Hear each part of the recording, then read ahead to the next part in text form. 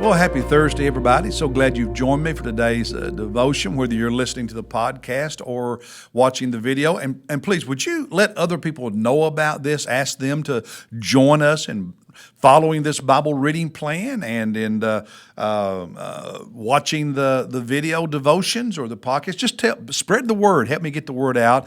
And while you're opening your Bible to Psalm 14, let me ask a personal favor. Would you pray for my beautiful bride, my beautiful wife, Monisa, because this Sunday, March 27, will be 40 years since she said, I do. And I am so thankful because that's, other than Jesus, the greatest blessing of my life. So if you could pray for her, for God to give her a great blessing, I would appreciate it very, very much. All right, Psalm 14.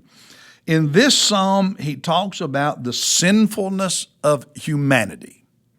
And the Apostle Paul quotes some of this psalm in Romans chapter 3. Look at verse 1. He says, the fool is said in his heart, there is no God. They are corrupt. They have committed abominable deeds. Now, he's not talking strictly in the sense of what we think of as atheism. There's no God, no divine being. Here he's really talking more about what we would call practical atheists, those who live as if there is no God morally, those who live as if there is no God when it comes to making decisions, may or may not believe there is some kind of being, the Star Wars, the Force be with you. The point is that when it comes to their morality and their decision making and so on, they live as if there is no God to whom they are accountable. They live as if there is no God who sets the standards for what is right and wrong. So right and wrong is subjective. Morality is subjective. You have your truth, I have mine. These are practical atheists. And he says the result of that at the end of verse 1 is they are corrupt. It's interesting. The Hebrew word translated corrupt here means sour. You ever gotten milk out of the refrigerator that's old and it's turned, it's soured? Whew! Still looks like milk, but man, it's awful. It smells and it tastes rotten because it's soured, it's corrupt. That's what God says about the lives of people who live as if there is no God. It may look good on the outside, but God says it smells, it's sour, it's corrupted, it's spoiled. That's the sinfulness of humanity. Now, he goes on in verse 2, or starting really at the end of verse 1, there is no one who does good. The Lord has looked down from heaven. Now, remember, Psalms is poetry, so it's this image. It's not that God just literally looks down. God is here, okay? But it's this image of God looking down from heaven.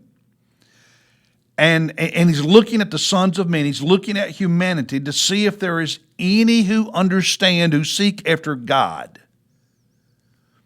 And he's already concluded there are none who does good. But then in verse 3, they have all turned aside. Together they have become corrupt. There's that word again. There is no one who does good, not even one. Each and every one of us. Each and every human being is soured, spoiled milk, sinful. The Apostle Paul in Romans chapter 3, starting at verse 10, says, as it is written, because he's quoting Psalm 14, there is none righteous, not even one. There is none who understands. There is none who seeks after God. They have turned aside. Together they have become useless. There is none who does good. There is not even one. So he's copying Psalm 14. Now, if you wonder why the verbiage is a little bit different, it's because one's written in Hebrew, and then that Hebrew Old Testament was translated into Greek, and he's copying it into Greek from the Greek. So you go through the translations. Now we got it translated into English. The words will be a little bit different, but he's quoting Psalm 14. And in February, in our Bible reading plan and our D groups here at First Baptist, we ask everyone to memorize Romans chapter 3, verse 10. As it is written, there is none who are righteous, who do righteousness, not even one. Because as we are sharing the gospel with people, it's important that we help them understand that they are like soured milk. They have sinned. And no matter how good we are compared to one another,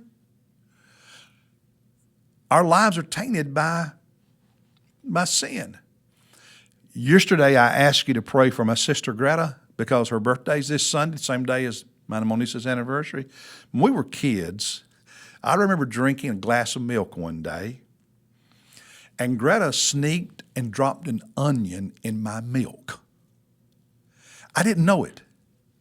And I took a big old swig of that milk and spit it out because it was awful. It was a good glass of milk, spoiled by the fact that she dropped one onion in it. You can be pretty good. But sin, just one sin. We're all guilty of many, many, many sins. But it just takes one sin to make what is good no longer good. And that's the situation with each and every human being. And by the way, that's what everybody you know needs Jesus. Your children and grandchildren, brothers and sisters, your co-workers, your classmates, your neighbors are like that glass of milk that my sister dropped an onion in. Good people, stained by sin, and therefore no longer good. Soured milk. And they need Jesus to forgive them, to heal them, to cleanse them, to save them. Yes, those people you know who aren't following Jesus need Jesus, because without him, their sin is going to condemn them to hell. And you need to take the blinders off your eyes. You need to get your head out of the sand and thinking, well, they're okay, they're pretty good. No, they may be nice, but without Jesus, they are sinners, and they're in danger of hellfire. You need to be praying for them. You need to be caring for them. You need to be inviting them to church. You need to be sharing the gospel with them. But you do not need to ignore their spiritual reality, because they are soured milk who need the healing and redemption of Jesus Christ. Take a moment right now and pray for those you know who are not yet followers of Jesus, and then invite them to join you in church Sunday. Hey, God bless you, and I'll see you tomorrow with the final devotion for this week.